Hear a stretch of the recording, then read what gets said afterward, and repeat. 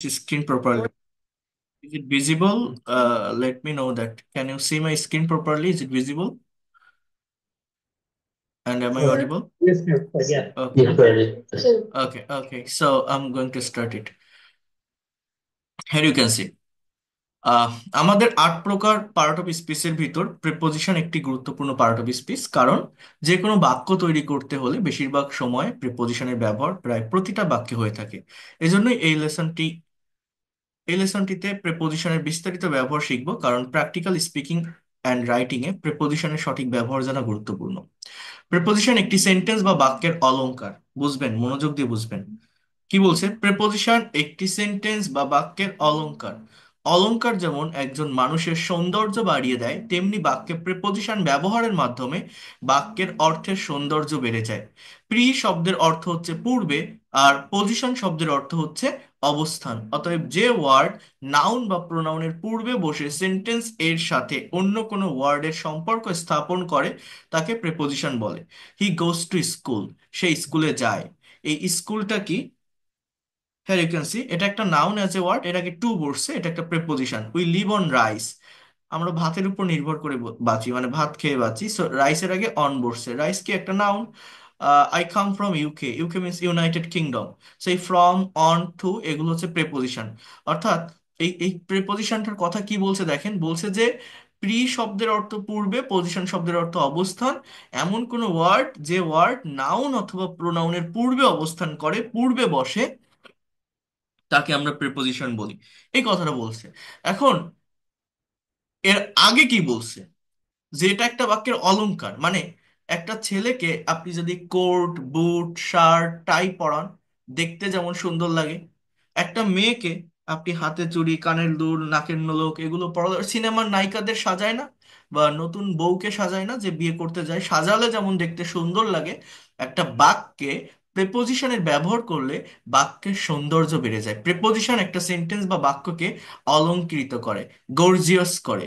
Preposition একটা sentence বা বাক্যের কি করে? সৌন্দর্য বর্ধন করে।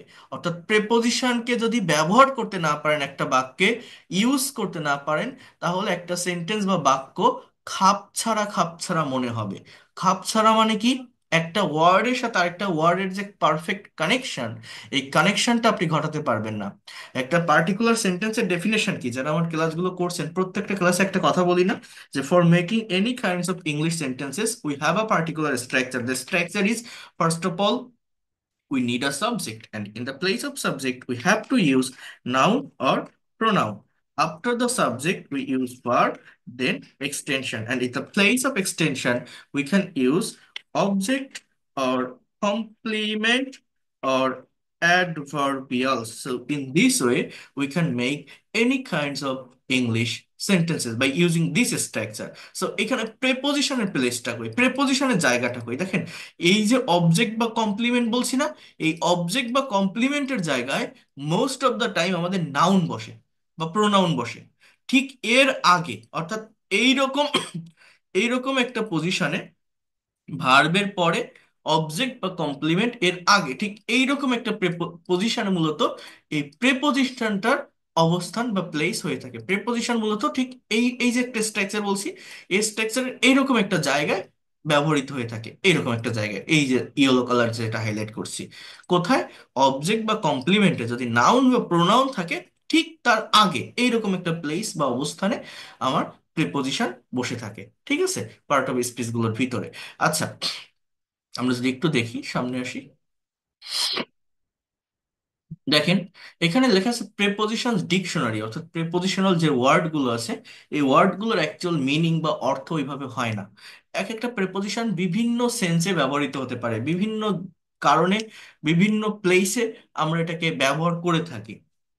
বাট মেইনলি কোন জায়গায় ব্যবহৃত হয় সেইটা আমি আপনাদের এই প্রেপোজিশনস ডিকশনারি থেকে দেখাবো। এখানে আমি সুন্দরভাবে তুলে দিয়েছি।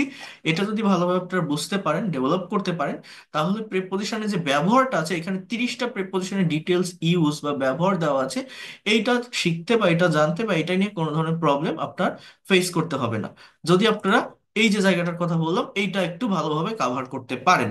তা তা না হলে এইখানে আমি যদি গতানুগতিক ধারায় করাতে যাই অনেক সময় লেগে যাবে, আপনাদের বুঝতেও প্রবলেম হবে এবং ইভেন একদিনে আপনারা শেষও করতে পারবেন না। তো এবং এই প্রিপোজিশন একটু বড়, এই টপিকটা একদিনে শেষও হয় না ওইভাবে, তারপরেও যতটা পারা যায় আমি বোঝানোর চেষ্টা করব। তো দেখেন, আহ, আমরা ততটুকুই পড়বো যতটুকু নিতে পারি, খুব বেশি পড়তে যাব না, কারণ এখানে তো আমি আসি আপনাদের সঙ্গে, আপনাদের পড়াচ্ছি, পড়াবো, থাকবো, সবকিছুই দেখাবো, কোনো ধরনের প্রবলেম হবে না। তো দেখেন, যেটা বলছি, প্রিপোজিশন ডিকশনারি প্রথমত যে ব্যবহারটা সেটা হচ্ছে টু। এই টু এর ব্যবহারটা কোথায় হয়? এই টু এর ব্যবহারটা আচ্ছা, আমি এখানে লিখতে গেলে আমার একটু প্রবলেম হবে, আমি এটা আলাদা স্লাইড থেকে দেখাই আপনাদের।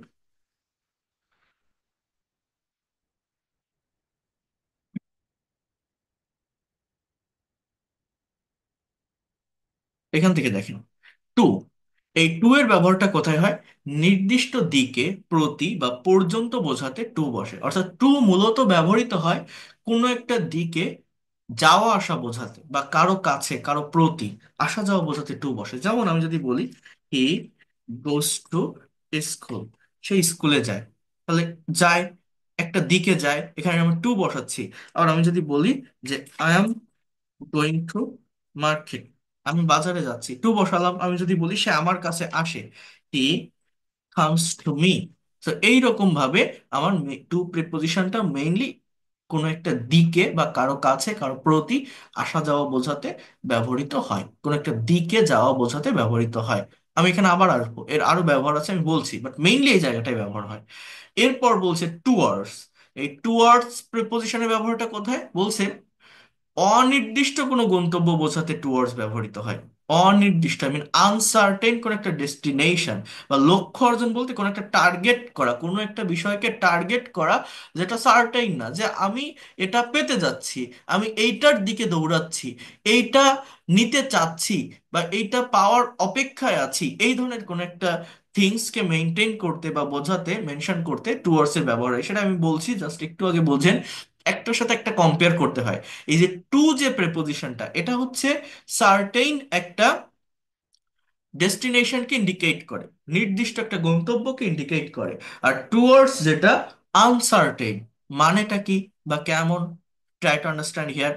আমি যদি বলি সে বাজারের দিকে যাচ্ছে, অর্থাৎ সে শিওর বাজার পর্যন্ত যাবে কিনা এটা জানে না, তার বাড়িতে বসে থাকতে ভালো লাগতেছে না, হাঁটতে হাঁটতে বের হয়েছে, বাজার পর্যন্ত যেতেও পারে, নাও পারে, মাঝপথে ফিরেও আসতে পারে। সো আমি কি বলছি? He is going towards market. এর মানে কি? সে বাজারের দিকে যাচ্ছে। He is going towards market, he is going towards market, সে বাজারের দিকে যাচ্ছে। ওকে, সো এইভাবে টুয়ার্ডস এর ব্যবহার হয় নির্দিষ্ট কোনো দিকে যাওয়ার। He is going to market, সে বাজারে যাচ্ছে, he is going towards market, সে বাজারের দিকে যাচ্ছে। আপনি সারাদিন বাসায় শুয়ে আছেন, আপনার আর ভালো লাগতেছে না, সন্ধ্যা হয়ে গেছে, আপনার মনে হচ্ছে এখন আর বাসায় বসে থাকতে ভালো লাগে না, যদি একটু বাইরে বের হতে পারতাম মনে হয় মনটা ভালো হতো। আপনার বাড়ির পাশে একটা খেলার মাঠ আছে, বা একটা পার্ক আছে, বা একটা বাজার আছে, আপনি আপনার আম্মুকে বলছেন যে মা আমি একটু বাজারের দিকে যাচ্ছি, আমি একটু মাঠের দিকে যাচ্ছি, I am going towards field, আমি একটু পার্কের দিকে যাচ্ছি, I am going towards park. অর্থাৎ ভালো লাগতেছে না তাই আমি একটু ওইদিকে যাচ্ছি। আমি পার্ক পর্যন্ত যেতেও পারি, নাও পারি, মাঝপথে ফিরেও আসতে পারি, বাজার পর্যন্ত যেতেও পারি, নাও পারি, মাঝপথে ফিরে আসতে পারি। এই জায়গাটাতে টুয়ার্ডস এর ব্যবহার হয়। এরপর দেখেন, আমরা এগুলোতে আরো আসবো, বাট আগে একটু সবগুলো দেখি। অ্যাট, স্থান বা সময় বোঝাতে বা নির্দিষ্ট সময়ের পূর্বে অ্যাট বসে। অর্থাৎ অ্যাট মেইনলি দুইটা বিষয়ের জন্য বসে, এছাড়া অ্যাটের আরো ব্যবহার আছে, কিন্তু মেইনলি অ্যাট প্রিপোজিশন ব্যবহার হচ্ছে দুই জায়গায় হয়। সেটা হচ্ছে সার্টেইন টাইমের পূর্বে, অর্থাৎ নির্দিষ্ট সময় বা ঘড়ির কাঁটা। যেমন আমি আপনাদের ক্লাস নিচ্ছি না, এখন আমি যদি এই ক্লাসটা আমি যদি ইংলিশে নোটিশ দেই যে আমি আজ রাত 10টায় আপনাদের ক্লাস নিব, তাহলে আমার ইংলিশে কি হবে? যে I will take your class at 10 p.m. I will take your class at 10 p.m. মানে কি? আমি রাত 10টায় আপনাদের ক্লাস নিব। I will take, I will take your class at, এই সার্টেন টাইমের আগে অ্যাট বসালাম। এরকম একটা, দুইটা, তিনটা, চারটা, 9টা, 10টা, সে সকাল 9টায় বিশ্ববিদ্যালয়ে যায়। He goes to university at 9 a.m. He goes to university at 9 a.m. সে সকাল 9টায় বিশ্ববিদ্যালয়ে যায়। এখানে মূলত অ্যাট এর ব্যবহারটা হয় কোথায়? সার্টেন টাইম বা ঘড়ির কাঁটা। এছাড়া স্থান অর্থাৎ প্লেসকে ইন্ডিকেট করতে অ্যাট বসে। অর্থাৎ যে কোনো প্লেস বা জায়গাকে মেনশন করার জন্য মূলত অ্যাট এবং ইন, এই দুইটা প্রিপোজিশনের ব্যবহার হয় মোস্ট অফ দ্য টাইম। তুলনামূলক বড় জায়গার আগে ইন বসে, ছোট জায়গার আগে অ্যাট বসে। School, college, different kinds of institution, office, court, bank, village market, room, auditorium, bus stand, train station, any kinds of place. And if is there small places, just you have to use at as a preposition before this place. আর যদি capital আর country, এরকম বড় কোনো জায়গাকে mention করা হয়, বড় কোনো city, তাহলে তার আগে ইন বসে। এই হচ্ছে মেইনলি দুইটা বিষয়, প্লেস বা স্থানকে টার্গেট করে, ইন্ডিকেট করে তার আগে প্রেপোজিশন ব্যবহারের জন্য, আবারও বলছি, অ্যাট এবং ইন এই দুইটা বসে। ছোট জায়গার আগে অ্যাট, বড় জায়গার আগে ইন। আমরা দেখব প্র্যাকটিক্যাল এক্সাম্পল। ইন, এই ইন একটা পাওয়ারফুল প্রেপোজিশন। এটার অনেকগুলো ব্যবহার আছে, যেগুলো মোস্ট ইম্পর্টেন্ট, যেগুলো খুব বেশি ব্যবহৃত হয়, সেগুলো নিয়ে আমি কিন্তু আলোচনা করব মেইনলি। প্রথমত, মাস বা বছরের আগে ইন বসে, কোনো বড় স্থানের আগে ইন বসে, কোনো ভাষা বা বিষয় বা কোনো কিছুর মধ্যে ভিতরে বোঝাতে ইন বসে। অনেকগুলো ব্যবহার। মাস বা বছর কেমন, যেমন আমি যদি বলি যে সে জানুয়ারি মাসে জন্মগ্রহণ করেছিল, হি ওয়াজ বর্ন ইন জানুয়ারি। আবার আমি যদি বলি যে সে 1995 সালে জন্মগ্রহণ করেছিল, হি ওয়াজ বর্ন ইন 1995। এই যে দেখছেন, সাল, ইয়ার্স আর মান্থ, জানুয়ারি, ফেব্রুয়ারি, এর আগে আমি কি বসাচ্ছি? ইন প্রিপোজিশন বসাচ্ছি। ওকে? তাহলে মাস বা বছরের আগে কোনো ভাষা বা বিষয়, যেমন হি স্পিক্স ইন ইংলিশ, সে ইংরেজিতে কথা বলে, ইংলিশে কথা বলে, এখানে আমি কি বসালাম? যে কোনো ল্যাঙ্গুয়েজ এর আগে ইন বসালাম। হি রোট আ পোয়েম ইন বেঙ্গলি, সে বাংলায় একটা কবিতা লিখেছিল, তাহলে ইন বেঙ্গলি। আমি যদি বলি সে পলিটিক্যাল সায়েন্সে অনার্স পড়তেছে, he is studying BSc honours in political science. Political, এই যে সাবজেক্ট, যে কোনো সাবজেক্ট বা বিষয়ের আগে ইন প্রিপোজিশন ইউজ করতে হয়। He is studying BSc honours in political science. দেখছেন, তাহলে আমি কি বললাম? সে পলিটিক্যাল সায়েন্সে অনার্স করতেছে। খুব ভালোভাবে বুঝেন, ভালোভাবে বিষয়গুলোকে নেওয়ার চেষ্টা করেন। ঠিক আছে? এরপর দেখেন, এরপর দেখেন তাহলে এই সাবজেক্টের আগে আমি যদি বলি সে ইকোনমিক্সে পড়ে, সে বাংলায় পড়ে, সে ইংলিশে পড়ে, সে পাবলিক অ্যাডমিনিস্ট্রেশনে পড়ে, সে মার্কেটিং এ পড়ে, সে ম্যানেজমেন্টে পড়ে, অনেকে বিভিন্ন স্কুল, কলেজ, আই মিন ইউনিভার্সিটিতে যে যে সাবজেক্টে পড়েন, সেই সাবজেক্টের নামের আগে এই ইন প্রিপোজিশন দিবেন। ইভেন যারা হাই স্কুল লেভেলে আছেন বা ইন্টারমিডিয়েট লেভেলে আছেন, আমি কমার্সে পড়ি, আমি মাস্টার সায়েন্সে পড়ি, আমি আর্টসে পড়ি, এই জায়গাগুলোর আগেও I am in commerce group, হ্যাঁ, সো ইন প্রিপোজিশনটা বসে মেইনলি। আর এখানে আমি কি বলছি, আপনি যে জায়গাটাতে পড়েন, অনেকে এটা ভুল করে দিতে, আপনার ইনস্টিটিউশন বা প্রতিষ্ঠান, স্কুল, কলেজ, ইউনিভার্সিটি, এইটার আগে ইন প্রেপোজিশন ব্যবহার না করে অ্যাট ব্যবহার করবেন। কারণ এটা স্মল প্লেসকে ইন্ডিকেট করে। যেমন he is studying BSc honours in political science at university of Dhaka. অনেকে এগুলো ভালোভাবে মেনশন করতে পারে না। আমি যদি বলি what's your educational qualification, from where have you completed your graduation, or where are you studying right now, এই কোশ্চেন যদি আমি অ্যাপ্লাই করি, বিভিন্ন ভাইভাতে এটা করে না, টিচার্স, অফিসার্স, আমরা সঠিকভাবে অ্যান্সার দিতে পারি না, সঠিকভাবে প্রেপোজিশনে ব্যবহার করতে পারি না। অনেকে বলে I am studying department of English, university of Comilla, অর্থাৎ সেন্টেন্সের একটা ওয়ার্ডের সাথে একটা ওয়ার্ড কানেক্টেড হয় না। তো সেই কানেকশনটা আমাকে ভালোভাবে বুঝতে হবে। আপনি যদি এখানে ইংলিশে পড়েন, তো আপনি বলেন, যদি ঢাকা কলেজে পড়েন যে I am studying BA honors in English at Dhaka College. I'm studying BA honors in Bangla or MA in Bangla at Eden Mohila college. ওই কলেজ বা ইউনিভার্সিটি এর আগে অ্যাট প্রিপোজিশনটা ইউজ করবেন। বাট যদি কেউ কমপ্লিট করে থাকেন গ্রাজুয়েশন, তাহলে ওই জায়গাটার আগে ফ্রম এর ব্যবহার করবেন, বিকজ ওইখান থেকে আপনার সবকিছু কমপ্লিট হয়ে গেছে। হতে, থেকে বা বিচ্যুতি বোঝাতে ফ্রম এর ব্যবহার হয়। যেমন I have completed my graduation in English from university of Dhaka. He has completed his graduation in political science from Eden Mohila college, sorry সি হবে তাহলে, আর ঢাকা কলেজ। ওকে, সো ওই কলেজ ইউনিভার্সিটির আগে ফ্রম বসবে। আর instantly right now you are studying there, just before the institution you have to use at as a preposition, before the subject you have to use in as a preposition. হ্যাঁ, তো এই বিষয়টা মনে রাখবেন। আহ আমি free class একটা কথা বলছিলাম, এই যে এখানে লিখছি হি ওয়াজ বর্ন ইন জানুয়ারি, এটা কেন লিখলাম? কেউ কেউ বলতে পারেন? এই জায়গাগুলো অনেকে আমরা ফোকাস করি না। ওয়াজ এর পরে ভি থ্রি বসাইছি, বিয়ার থেকে বর্ন, অর্থাৎ এটা কিন্তু পাস্ট ইনডিফিনিট টেন্সের প্যাসিভের form was plus V three. Was এর পরে আমরা যদি ভার্বের সঙ্গে আইএনজি বসে, কিন্তু আমি ভি থ্রি কেন বসালাম? এটা হয় কখন? যখন প্যাসিভ ভয়েস হয়, বাট সাবজেক্ট তো হি, অ্যাক্টিভ দেখাচ্ছে না এখানে, প্যাসিভের কোনো কিছু আছে, বাই মি বাই হিম এরকম আছে, বাট এটা কেন লিখলাম? অনেকে কিন্তু আমরা এগুলো বুঝি না। আমি যদি বলি সে 2020 সালে মারা গিয়েছিল, ইংলিশ কি হয় জানেন? He died in 2020। He died in 2020। তাহলে এখানে কিন্তু আমি কোনো ওয়াজয়ের বসালাম না, ডাই মানে মারা যাওয়া, এর পাস্ট ফর্ম হচ্ছে ডাইড, কোনো ওয়াজয়ের বসাইছি বসাইনি, কিন্তু এখানে ওয়াজ বর্ন কেন লিখলাম? এগুলো কেউ বোঝেন? ভার্বের এই বিষয়গুলো, ফাংশনগুলো, এখানে ওয়াজ বর্ন কেন লিখলাম? এর কারণ হচ্ছে এই বাক্যটা প্যাসিভ ভয়েস, বাট আমরা এটা বুঝি না, এটা দেখা যায় না, বাট এইটা past indefinite active. Past indefinite টেন্সের অ্যাক্টিভের স্ট্রাকচার হচ্ছে সাবজেক্ট প্লাস ভি টু, ভার্বের past form plus object. Passive হচ্ছে subject plus was were plus V three. তো এটা প্যাসিভ কেন বলছি? এটাকে হি ওয়াজ বর্ন প্যাসিভ কেন বলছি? একটা ব্যক্তি যখন জন্মগ্রহণ করে, তখন সে নিজে নিজে জন্মগ্রহণ করতে পারে না, সে কিন্তু তার মায়ের পেটে থাকে, সে কিন্তু ইনঅ্যাক্টিভ অবস্থায় থাকে।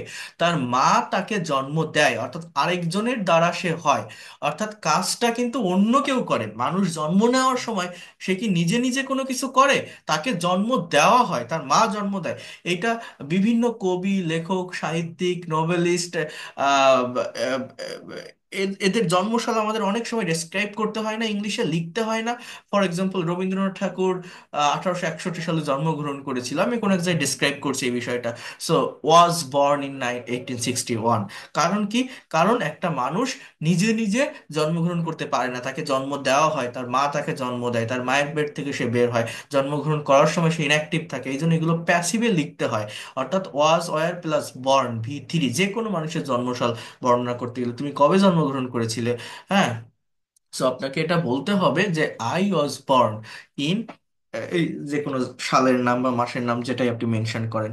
আর উম, মারা যেতে পারে একজন মানুষ নিজে নিজে, সে নিজেই মরতে পারে, মারা যাওয়ার সময় সে অ্যাক্টিভ থেকেই মরে, তাহলে আপনি সেখানে পাস্ট ইনডেফিনিট অ্যাক্টিভের স্ট্রাকচার ব্যবহার করতে পারেন। আমি যদি বলি রবীন্দ্রনাথ ঠাকুর 1941 সালে মারা গিয়েছিল, so Rabindranath Tagore was, sorry, just died in 1941। Just died, কোনো ওয়াজ ওয়ার হবে না সেখানে, ডাইয়ের পাস্ট ফর্ম ডায়েট। এই হচ্ছে বিষয়, এই বিষয়গুলো আমাদেরকে বুঝতে হয়, নেওয়ার চেষ্টা করতে হয়। এই দেখেন, যাই হোক, এটা বুঝলে বুঝলেন, না বুঝলে থাক, বাদ দিন। এরপর দেখেন, অ্যাবাউট মানে সম্পর্কে, এগুলো এক কথায় উত্তর হয়ে যায়, এটা অত কঠিন কিছু না। বিটুইন, দুইজন ব্যক্তির মধ্যে বোঝাতে বিটুইন প্রিপোজিশনটা বসে। দুইজনের ভিতরে একটা রিলেশন, যেমন divide the apple between Rahim and Karim, Rahim এবং করিমের মধ্যে আপেলটা ভাগ করে দাও, এখানে এই বিটুইন প্রিপোজিশনের ব্যবহার হয়। কি বললাম? Divide the apple between Rahim and Karim, among, দুইয়ের অধিক ব্যক্তির মধ্যে বোঝাতে এমং বসে। Divide the apple among Rahim Karim and Jasim, এই আপেলটা রহিম, করিম এবং জসিমের মধ্যে ভাগ করে দেওয়া, অর্থাৎ দুইজন ব্যক্তির মধ্যে কোনো কিছু বোঝাতে, বিটুইন, দুইয়ের অধিক ব্যক্তি বা বস্তুর মধ্যে বোঝাতে আমার কিসের ব্যবহার হয়? আমার এমং প্রেপোজিশনের ব্যবহারটা হয়ে থাকে। এরপর দেখেন, ট্রাই টু আন্ডারস্ট্যান্ড হিয়ার,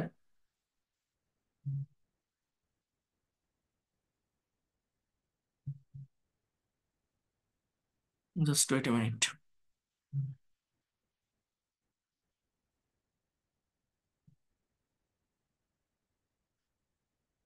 এটা আন্ডারস্ট্যান্ড হিয়ার, এগেইনস্ট মানে বিরুদ্ধে, অ্যাক্রস মানে অতিক্রম, আফটার মানে পরে, বিফোর মানে আগে, এগুলো জাস্ট এক কথায় উত্তর হয়ে যায়, আমি দেখাবো। এটা কঠিন কিছু না বা অতটা প্রবলেম না, just wait a minute. Then on, স্থির বস্তু স্পর্শ করে বোঝাতে অথবা কোনো বার বা তারিখের পূর্বে অন বসে। এই অনের ব্যবহারটা মূলত কোথায় হয়, জাস্ট ভালোভাবে বোঝেন। এই অন এখানে বলছে বার বা তারিখের আগে। আমরা জানি অন মানে কি, মানে অনের অ্যাকচুয়াল অর্থটা কি। অন মানে আমরা জানি উপরে, অন মানে কি উপরে, ইন মানে কি ভিতরে, এরকম জানি না। কিন্তু দেখেন এখানে বলছে কোনো বার বা তারিখের পূর্বে অন বসে, এইটাও আমি আপনাদের সামনে ক্লিয়ার করেছিলাম। যেমন আমি কি বলছি দেখেন, ইংলিশ ল্যাঙ্গুয়েজে টাইম রিলেটেড প্রেপোজিশন আছে তিনটা। আমাদের কি বললাম, টাইম রিলেটেড প্রেপোজিশন, এই প্রেপোজিশন হচ্ছে তিনটা। সেটা কি, অ্যাট, অন এবং ইন। কি কি, অ্যাট, ইন, আর একটা হচ্ছে অন। যেমন অ্যাট কোথায় বসে বললাম, যে সার্টেইন টাইমের আগে, ঘড়ির কাটার আগে অ্যাট বসে। যেমন he goes to school at 9 AM, সে সকাল 9টায় স্কুলে যায়। He goes to school at 9 AM, ঘড়ির কাটার আগে অ্যাট আমার বসে প্রিপোজিশন। আর ইন মাস বা বছরের আগে। আমি যদি এমন একটা বাক্য বলি, আপনাদের বলছিলাম একটা প্যাসিভ রিলেটেড বাক্য, যেমন 1952 সালে ভাষা আন্দোলন সংগঠিত হয়েছিল, এটা ইংলিশে কি হবে দেখেন, ল্যাঙ্গুয়েজ মুভমেন্ট অস organized language movement was organized in 1952. Language movement was organized in 1952. So এখানে আমার ইন প্রেপোজিশনটা বসছে দেখছেন। আবার আমি যদি বলি আহ আহ, ফেব্রুয়ারি মাসে আন্তর্জাতিক মাতৃভাষা দিবস পালন করা হয়, এটা ইংলিশে কি হবে দেখেন, international mother language day. Mother Language Day is observed, OBSERVD.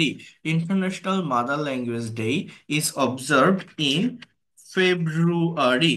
International Mother Language Day is observed in February, অর্থাৎ মান্থ অর ইয়ার, মাস বা বছরের আগে ইন বসে। কিন্তু যদি ডে অর ডেট থাকে, অর্থাৎ বার বা তারিখ, তাহলে অন বসে। যেমন আমি যদি বলি যে 21শে ফেব্রুয়ারি আন্তর্জাতিক মাতৃভাষা দিবস পালন করা হয়, কি বললাম, যদি এরকম একটা কথা বলি যে 21শে ফেব্রুয়ারি আন্তর্জাতিক মাতৃভাষা দিবস পালন করা হয়, তাহলে international mother language day is observe, তখন আর কি হবে, অন 21 ফেব্রুয়ারি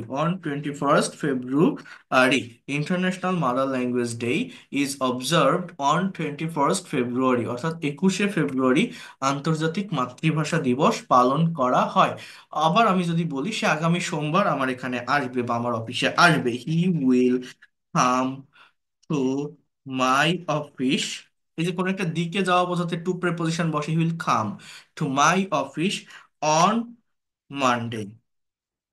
সে সোমবার আমার এখানে আসবে। So Saturday, Sunday, Tuesday, Wednesday, Thursday, Friday, Monday, যে কোনো ডে আর ডেট, বার বা তারিখ এর আগে অন বসে। আমি আবার বলছি এই অ্যাট, ইন এবং অন এগুলোর আরো অন্যান্য জায়গায় ব্যবহার আছে, সেটা আপনাদের আমি বলছি যে জায়গার আগে অ্যাড বসে বা দূরত্ব বোঝাতে অ্যাড বসে, দামের আগে অ্যাড বসে, ইনেরও অন্যান্য ব্যবহার আছে, অনেরও অন্য জায়গায় ব্যবহার আছে। কিন্তু এই তিনটা প্রিপোজিশন অ্যাট, ইন এবং অন আবার কি করে, এই তিনটা প্রেপোজিশন হচ্ছে টাইম রিলেটেড প্রেপোজিশন, অর্থাৎ টাইম বা সময়কে ইন্ডিকেট করার জন্য বসে। এখন পার্থক্যটা কি, সার্টেইন টাইমের আগে, ঘড়ির কাঁটার আগে অ্যাড বসে, সার্টেইন টাইমের আগে অ্যাড বসে, মান্থ অর ইয়ার্স অর্থাৎ মাস বা বছর, আবারও বলছি মাস বা বছর এর আগে ইন বসে, ডে অর ডেট বার বা তারিখ এর আগে অন বসে, ডে অর ডেট বার বা তারিখ এর আগে অন বসে, মাস বা বছর এর আগে ইন বসে, আর ঘড়ির কাঁটা বা একদম সার্টেইন টাইমের আগে অ্যাট প্রেপোজিশন বসে। জায়গাটা কি ক্লিয়ার, কি বললাম, টাইম রিলেটেড প্রেপোজিশন কি কি, অ্যাট, ইন এবং sir on. Clear. At, in এবং অন। হ্যাঁ, মাসের আগে স্যার কি বসে, মাসের আগে, ইয়েস স্যার। মাসের আগে কি বসে, অন ইন বসে। বসে। মাসের আগে ইন বসে, অন কেন হবে, ইন, ইন। এরপরে আমি কি বললাম, ইন বসে। সালের আগে কি বসে, ইয়ার্স বা সাল, ইয়ার্স, তাহলে সারের আগে স্যার ইন বসে। ইন বসে। ইন কিন্তু যদি বসে। তারিখ থাকে, ডে অর ডেট, তাহলে আমার অন বসবে। আমি যদি বলি আমার ভাই আগামী জুন মাসে দেশে আসবে, my brother will come to the country in June. কিন্তু আমি যদি বলতাম যে আমার ভাই জুনের 17 তারিখে দেশে আসবে, তখন কি হতো? My brother will come to the country on 17 June. On 17 June, অর্থাৎ যদি আমার ডেট থাকে বা ডে থাকে, তাহলে তার আগে অন বসবে। শুধুমাত্র মাস থাকলে ইন বসবে, আর সাল থাকলে এই যে 1952 ইন বসবে। সার্টেন টাইমের আগে অ্যাট প্রেপোজিশন বসবে, সার্টেন টাইমের আগে অ্যাট প্রেপোজিশন বসবে। সেইটা মাথায় রাখেন। এগুলোর অন্যান্য জায়গায় ব্যবহার আছে, যেমন অন। এখানে একটু বোঝেন, এখানে তিনটা প্রেপোজিশনকে একটু একসঙ্গে দেখবেন। হ্যাঁ, দেখেন, অন, অ্যাবোভ অ্যান্ড ওভার। এই যে তিনটা প্রেপোজিশন দেখছেন, এই তিনটা প্রেপোজিশনের একটা কমন মিনিং হচ্ছে উপরে, অর্থাৎ অন মানেও উপরে, অ্যাবোভ মানেও উপরে, এবং ওভার এর অর্থ উপরে বোঝায়। আবারও বলছি, অন মানে কি? উপরে। অ্যাবোভ মানে কি? উপরে। ওভার মানে কি? উপরে। পার্থক্যটা কি? স্থির বস্তুকে স্পর্শ করে উপরে বোঝাতে, আমি এখানে লিখে দেই, স্থির বস্তুকে স্পর্শ করে উপরে বোঝাতে আমার অন বসে। কোথায় বসে বললাম? আবারও বোঝেন, স্থির বস্তুকে স্পর্শ করে উপরে বোঝাতে আমার অন বসে। এরপরে কি? কোনো বার বা তারিখের পূর্বে, মানে স্থির বস্তুকে স্পর্শ করে কোনো কিছু থাকা বোঝাতে, হ্যাঁ, স্পর্শ করে বোঝাতে, জাস্ট এখানে এটা লিখলাম না, স্থির বস্তুকে স্পর্শ করে বোঝাতে অন বসে। মানে আপনার এটাকে কি বলে? মনে করেন আমি এখন আপনাদের ক্লাস নিচ্ছি, এখন আমার টেবিলের উপর একটা ল্যাপটপ আছে, একটা ডেস্কটপ আছে, একটা পানির বোতল আছে, একটা কফির কাপ আছে, একটা মোবাইল আছে, একটা মাউস আছে, এইগুলো সব আমার টেবিলকে স্পর্শ করে আছে না? এই যে স্থির বস্তুকে স্পর্শ করে কোনো কিছু আছে, এই জায়গাটাতে, হ্যাঁ, আমার অনের ব্যবহারটা হচ্ছে। অন মানে তো আমরা জানি উপরে, তাহলে কোন জায়গায় একটা স্থির বস্তুকে স্পর্শ করে থাকে? যেমন the mobile is on my table, the bottle of water is on my table, okay, the mouse is on my table, the laptop is on my table. এগুলো হচ্ছে কোথায়? আমার টেবিলের উপরে। সো এই জায়গাটায় অন প্রেপোজিশনের ব্যবহার হবে। অ্যাবভ, স্থির বস্তু স্পর্শ না করে উপরে বোঝাতে অ্যাবভ বসে। যেমন আমি এখন আপনাদের ক্লাস নিচ্ছি, এখন আমার মাথার উপর একটা সিলিং ফ্যান আছে, একটা কারেন্টের বাল্ব আছে, লাইট আছে, একটা এয়ার কন্ডিশন আছে, এসি আছে। এই যে বিষয়গুলো আছে, কার উপর আছে বলছি? বলছি আমার মাথার উপর আছে। এখানে অবজেক্ট কে? আমার মাথা। তো এই ফ্যান, লাইট, এয়ার কন্ডিশন, এগুলো কি আমার মাথার সঙ্গে টাচ করে আছে? না, মাথার উপরে ওই সিলিং এ আছে, ওয়াল বা দেয়ালে লাগানো আছে, মাথার সাথে তো আর নেই। মাথার সঙ্গে অনেকটা সেপারেট দূরত্বে ওই জিনিসগুলো স্থির অবস্থায় আছে। তো আমি এই জায়গায় বলতে পারি the light is above my head. কার সাথে তুলনা করছি? কম্পেয়ারটা কার সাথে করছি? আমার মাথার সাথে। কার সাথে? মাথার সাথে। The light is above my head, the ceiling fan is above my head, the air condition is above my head. এখানে অ্যাবভ প্রিপোজিশনের ব্যবহার হবে। কেন? স্থির একটা বস্তু অবজেক্টকে স্পর্শ না করে উপরে থাকে। স্থির একটা বস্তু অবজেক্টকে স্পর্শ করে থাকে বোঝালে অন, স্পর্শ না করে উপরে থাকে বোঝালে অ্যাবভ। আর অবজেক্টকে স্পর্শ না করে কোনো কিছু চলমান যদি থাকে, স্থির থাকবে না, কোনো কিছু চলমান যদি থাকে, তাহলে ওভার প্রিপোজিশনের ব্যবহার হয়। যেমন আমি যদি বলি পাখিগুলো গাছের উপর দিয়ে উড়ে যাচ্ছে, পাখিগুলো গাছের উপর দিয়ে উড়ে যাচ্ছে, the birds are flying over the tree, the birds are flying over the tree. এছাড়া দেখেন, প্লেনটা এইমাত্র উড়ে চলে গেল, the plane is going over the land, the plane is going over the land. Cricket খেলায় দেখবেন একটা ব্যাটসম্যান যখন সিক্স মারে, কমেন্ট্রিতে বলে lofted six over the boundary, এরকম বলে, দেখবেন, কমেন্ট্রি শুনলে বুঝতে পারবেন।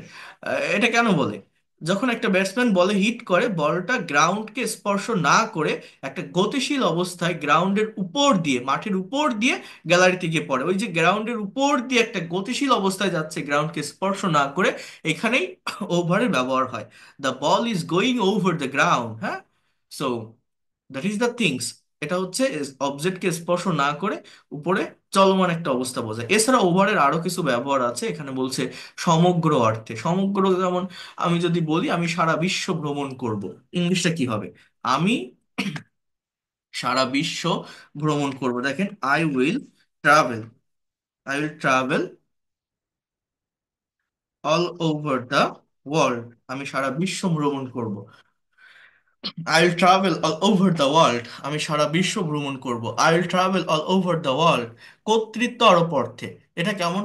একজনের উপর আরেকজন কোন একটা দায় চাপাতে, কোন একটা রুলস। যেমন মনে করেন অনেকেই শহরের পরে ফ্ল্যাট বাসায়, ভাড়া বাসায় থাকেন না, অনেক বাসার মালিক দেখবেন বিভিন্ন রেস্ট্রিকশন দেয়, বিভিন্ন রুলস জারি করে। যেমন ছাদে ওঠা যাবে না, ছাদে কাপড় টানানো যাবে না, এখানে ময়লা ফেলানো যাবে না, এই ধরনের কথা বলে না, অনেক জায়গায় আছে না? তো এখন আপনি যদি বলেন যে সে আমার উপর অনেক নিয়ম, অনেক নিয়ম কানুন জারি করেছে, এই কথাটা আপনি ইংলিশে কিভাবে বলবেন? জারি করেছে বলতে আরোপ করেছে, ইম্পোজড করা। You can say that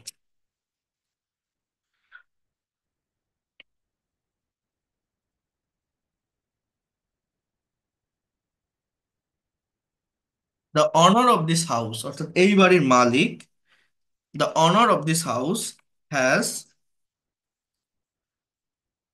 imposed over me many rules। কি বললাম? The owner of the house has imposed over me, over me মানে আমার উপর অনেক নিয়ম জারি করেছে। এখানে say that rules and regulation. Okay, so এইখানে ওভারের ব্যবহার হয়, অর্থাৎ সে আমার উপর কর্তৃত্ব খাটাচ্ছে, তাই না? বিপরীত বা অন্য পাশে বোঝাতে ওভারের ব্যবহার হয়। এই ওভার, এরপরে দেখেছিলাম এই যে ইন, এগুলো কিন্তু অনেক বেশি ব্যবহার, তো এগুলো একটু বেশি করে ফোকাস করবেন এবং দেখে রাখবেন। ইনের ব্যবহারটা ওই রকম, মাস বা বছরের আগে বসে, বিষয় বিষয়ের আগে বসে, ভাষার আগে বসে। তো এগুলো কিন্তু একটু দেখতে হবে, বড় জায়গার আগে বসে। আমি যদি বলি আমি ঢাকায় বাস করি, আই লিভ ইন ঢাকা। আমি যদি বলি আমি বাংলাদেশে বাস করি, আই লিভ ইন বাংলাদেশ। আমি যদি বলি আমি বাংলাদেশের ঢাকায় বাস করি, ওই দুইটা জায়গা যদি মেনশন করা থাকে, ছোট জায়গার আগে অ্যাট, বড় জায়গার আগে ইন, যেমন I live at Dhaka in Bangladesh, এরকম কিন্তু বলা যায়, হ্যাঁ। এরপর দেখেন,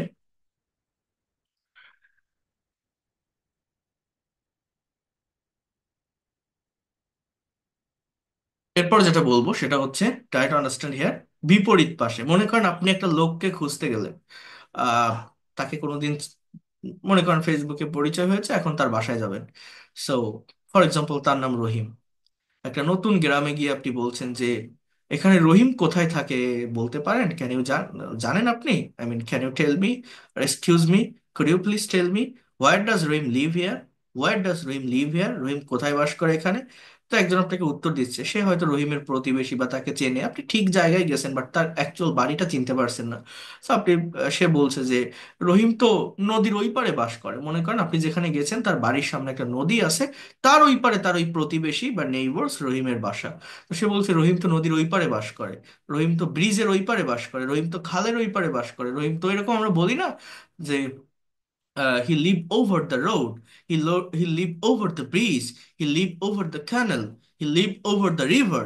তো এই যে ওই পারে, অন্য পারে, বিপরীত পাশে, এইটা বোঝানোর জন্য আমার এই ওভার প্রেপোজিশনের ব্যবহার হয়। এগুলো যা যা আমি মুখে বলছি সবগুলো তো লিখছি না, সবগুলো লেখা আছে এখানে, ডিটেলস ব্যবহার দেওয়া আছে, আপনারা পড়লেই বুঝতে পারবেন। এরপর দেখেন, আন্ডার, কোনো কিছুর নিচে বোঝাতে বা কারো চেয়ে বয়সে ছোট বোঝাতে। আন্ডার, বিলো, অবস্থান বা পদমর্যাদা বা গুণগত মানের দিক থেকে নিচে বোঝাতে। এর অ্যাকচুয়াল একটা পার্থক্য কি জানেন? আমি যদি আপনাকে একটু বলি, এই আন্ডার মানেও নিচে, বিলো মানেও নিচে, বাট মেইন পার্থক্যটা হচ্ছে এরকম, কোনো একটা অবজেক্টকে যদি কোনো কোনো একটা অবজেক্টকে যদি কোনো কিছু কাভার করে রাখে তাহলে আন্ডার বসে, যদি কাভার না করতে পারে তাহলে বিলো বসে। কেমন এটা? মনে করেন আমি এখন পড়াচ্ছি, পড়াচ্ছি না, এখন আমার এই যে টেবিলটা, এই টেবিলের নিচে একটা বিড়াল বসে আছে। ওকে, আমার পোষা একটা বিড়াল, মনে করেন সে বসে আছে। এখন আমি উপর থেকে যদি ওই বিড়ালটাকে না দেখতে পাই, বিড়ালটা টেবিলের নিচে যদি না দেখতে পাই, তাহলে ওই টেবিলটা কি করছে? বিড়ালটাকে কাভার করে রাখছে, বিড়ালকে মোটে দেখাই যাচ্ছে না। তাহলে আমি বলতে পারি the cat is under the table, the cat is under the table. এই এই বিড়ালটা টেবিলের নিচে আছে।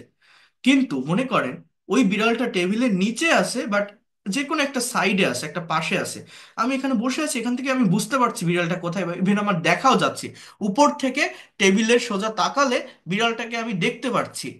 অর্থাৎ টেবিল বিড়ালটাকে ঢেকে রাখতে পারতেছে না, এরকম জায়গায় আমি বলতে পারি the cat is below the table, এরকম কিন্তু বলা যায়। এই জায়গাটা একটা জাস্ট প্র্যাকটিক্যাল একটা এক্সাম্পল বললাম, এর আরো ব্যবহার আছে দেখাবো। এরপর বাহাইন্ড মানে পিছনে, বিয়ন্ড নির্দিষ্ট সময় পর বা কল্পনার বাইরে বা সামর্থ্যের বাইরে বোঝাতে বিয়ন্ড বসে, এটাও আমি বলছিলাম আপনাদের।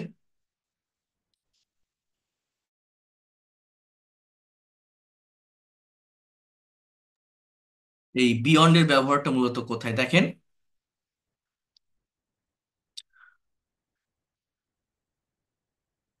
এটা একটা প্র্যাকটিক্যাল উদাহরণ দিয়েছিলাম, আপনাদের মনে আছে কিনা যে আহ, আপনি একটা বাইক কিনতে যাবেন এখন, ফর এক্সাম্পল আপনি ইয়ামার শোরুমে গিয়ে R15 ভার্সন 3 এই বাইকটা কিনবেন যার দাম 4.5 লাখ টাকা। এখন ওইখানে গিয়ে আপনার আরেকটা বাইক পছন্দ হয়েছে, মনে করেন MT15 ভার্সন 2 যার দাম 5,25,000 টাকা, বাট ওই বাজেট তো আপনার কাছে নেই, ওই টাকা তো আপনার কাছে নেই। এখন ওই বাইকটা আপনার কিনতে ইচ্ছা করছে বাট আপনি কিনতে পারছেন না, বাইকটা আপনার সাধ্যের বাইরে, সামর্থ্যের বাইরে। তো তখন আপনি বলতে পারেন the price of this bike,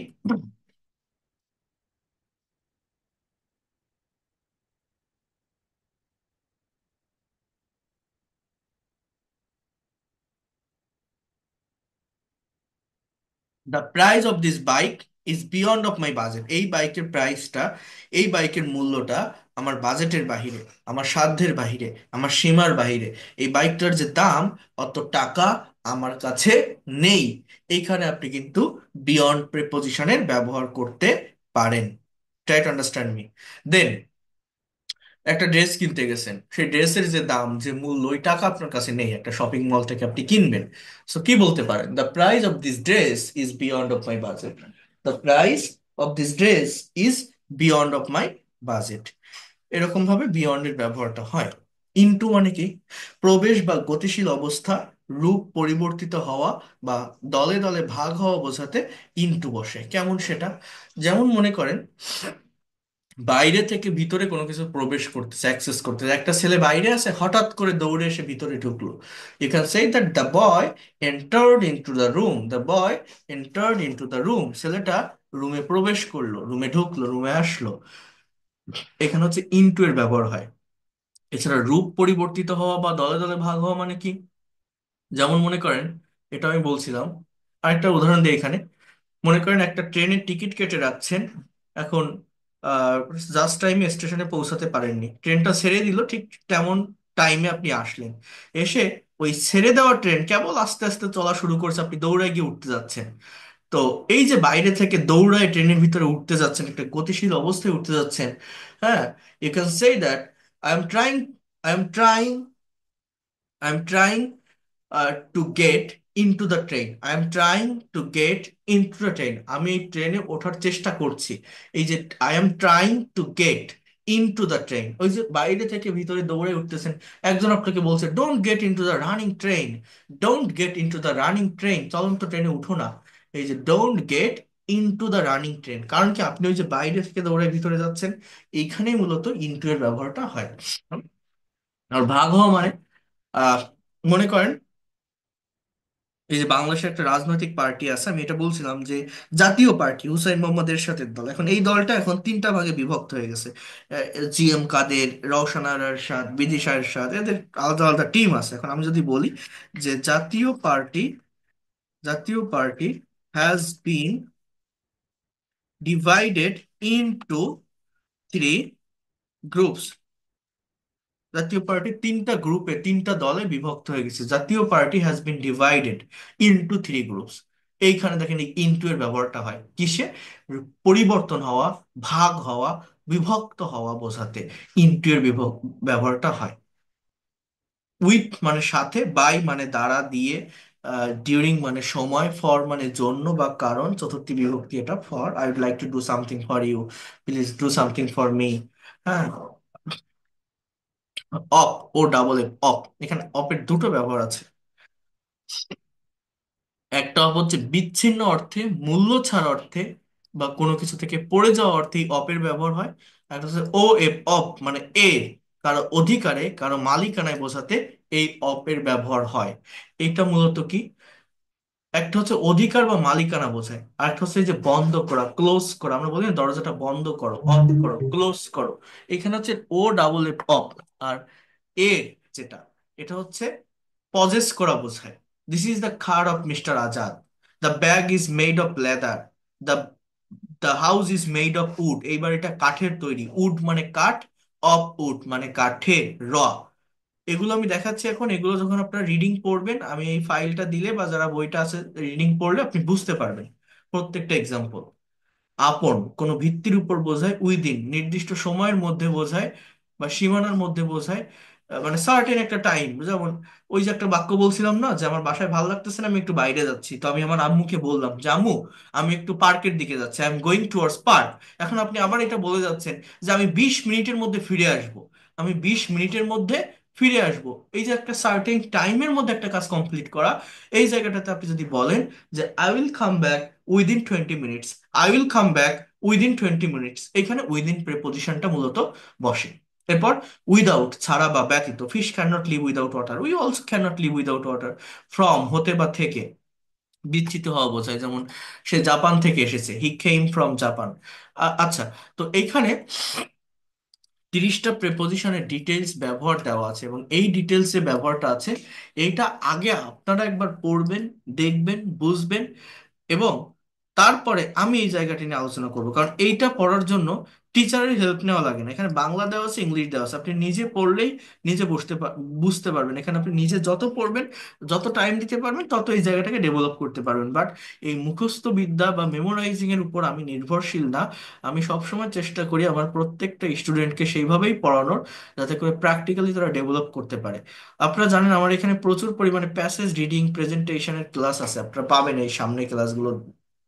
অনেক অনেক প্যাসেজ অ্যানালাইসিস করাই আমি, তখন যে প্রেপোজিশন গুলো আমরা দেখবো এক একটা প্যাসেজের ভিতর, সেগুলোকে আমি আপনাকে স্মরণ করাই দিব যে দেখেন এখানে এই প্রেপোজিশনের ব্যবহার এটা কিন্তু এই কারণে হয়েছে।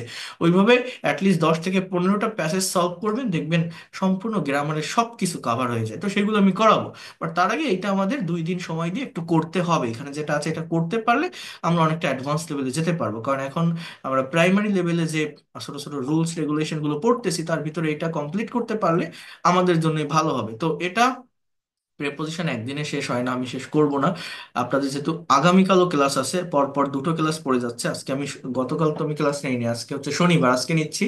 আগামীকাল রুটিন অনুযায়ী আপনাদের আগামীকালও রাত 9:30টায় ক্লাস। আর আমি আজকে একটু অসুস্থ, আমি আপনাদের এই ক্লাসটা নেওয়ার আগে আরেকটা ব্যাচের ক্লাস নিলাম। বাট আপনাদের যে ব্যাচ টাইম, অর্থাৎ রবি মঙ্গল বৃহস্পতি যেটা, এই টাইমে অন্য কোনো ব্যাচ নেই, শুধু আপনাদেরই পড়াবো।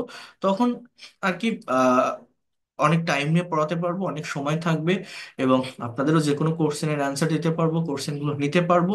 আর আজকে যেহেতু শনিবার, আর আমার শরীরটা একটু খারাপ আজকে, আর পরপর দুটো ক্লাস, এর আগেও একটা ক্লাস নিয়েছি, 8:30 থেকে শুরু করছিলাম। তো এটা নেওয়ার কারণে আমি আজকে আর বাড়াবো না, কারণ আপনারা জানেন আমার ক্লাস রেকর্ডটা দিতে একটু লেট হয়। তো এই রেকর্ডটা দিব কখন, এটা দিতে দিতে পরবর্তী ক্লাস আমাদের শুরু করে দিতে হয়।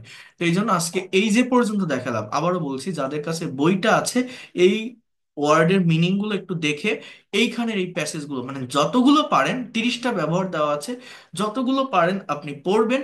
এবং এখানে 12টাকে আমি আবার আলাদা করে দিয়েছি যে এই প্রেপোজিশন গুলো সব থেকে বেশি ইম্পর্টেন্ট, এগুলো সম্পর্কে যদি একটা কনসেপ্ট রাখতে পারেন, মোটামুটি আপনার রাইটিং বা স্পিকিং আপনি ভালোভাবে কভার করতে পারবেন। তো এই যে প্রেপোজিশন গুলো আছে, অ্যাড, টু, অন, এইগুলো আমি আলাদা করে আবার দিয়েছি। তো এগুলোর ব্যবহার একটু পার্টিকুলারলি আমাকে দেখতে হবে, এবং এটা আমি নেক্সট ক্লাসে, অর্থাৎ আমি কিন্তু এখন শেষ করিনি, প্রেপোজিশন একদিনে শেষ হয় না। একদিনে আমি পড়ায় চলে গেলাম, কোনো লাভ হবে না আপনি যদি সেটা ধরে রাখতে না পারেন। তো এটা আগে আপনারা একবার পড়েন, তারপরে আমি যখন পড়াবো বা দেখাবো, আপনাদের সেটা বুঝতে বেশি সুবিধা হবে, বেশি সহজ হবে। এই জন্য বলছি এই ফাইলটা যাদের কাছে বই আছে আপনারা পড়ে ফেলবেন, যাদের কাছে বই নেই দ্রুত বইটা অর্ডার করে নেবেন। আগামীকাল অনেকগুলো বইয়ের ডেলিভারি হবে, আজকে অর্ডার এসেছে। তো আগামীকালও আমি পাঠিয়ে দিতে পারবো, যদি আজকে রাতের ভিতরে বা আগামীকাল দুপুরের ভিতরে আপনারা অর্ডারগুলো কনফার্ম করেন, একদম ডিরেক্টলি ক্যাশ অন ডেলিভারিতে ঢাকার ভিতরে 500 টাকা, ঢাকার বাইরে 530 টাকা দিয়ে নিতে পারবেন। আর এছাড়া ডেলিভারি চার্জটা অ্যাডভান্স করতে পারেন আপনি, বা ফুল পেমেন্ট করেও বিকাশে আমার যে নাম্বারে পে করে ভর্তি হয়েছেন সেখানেও আপনার টাকা পাঠিয়ে বইটা নিতে পারেন। তাহলে আমি এতটুকু বলতে পারি যে এই ক্লাসগুলো আপনার জন্য অনেক ইফেক্টিভ হবে, অনেক ফ্রুটফুল হবে। আর যারা এখনো বইটা নিয়ে পারেন, আমি পিডিএফ ফাইলটাও এখনই পাঠিয়ে দিচ্ছি। এটা দেখে আপনারা এই যে বিষয়গুলো দিলাম, এটা একটু কাভার করে ফেলবেন, আমি রিকোয়েস্ট করবো আপনাদের এটা একটু কাভার করে ফেলবেন। দেন কোনো কোশ্চেন থাকলে, কোনো সমস্যা থাকলে, কোনো প্রশ্ন থাকলে নেক্সট ক্লাসে আমি ঠান্ডা মাথায় পড়াবো, ভালোভাবে দেখাবো। আগামীকালই ক্লাস আছে আপনাদের, ইন ডিটেলসে এগুলো নিয়ে আলোচনা করে প্রিপোজিশনটা ওভারঅল ভালোভাবে কাভার করে দিব। ঠিক আছে? So that's all for today. ভালো থাকেন সবাই, and see you in the next class. আমি দ্রুত এই রেকর্ডটা এবং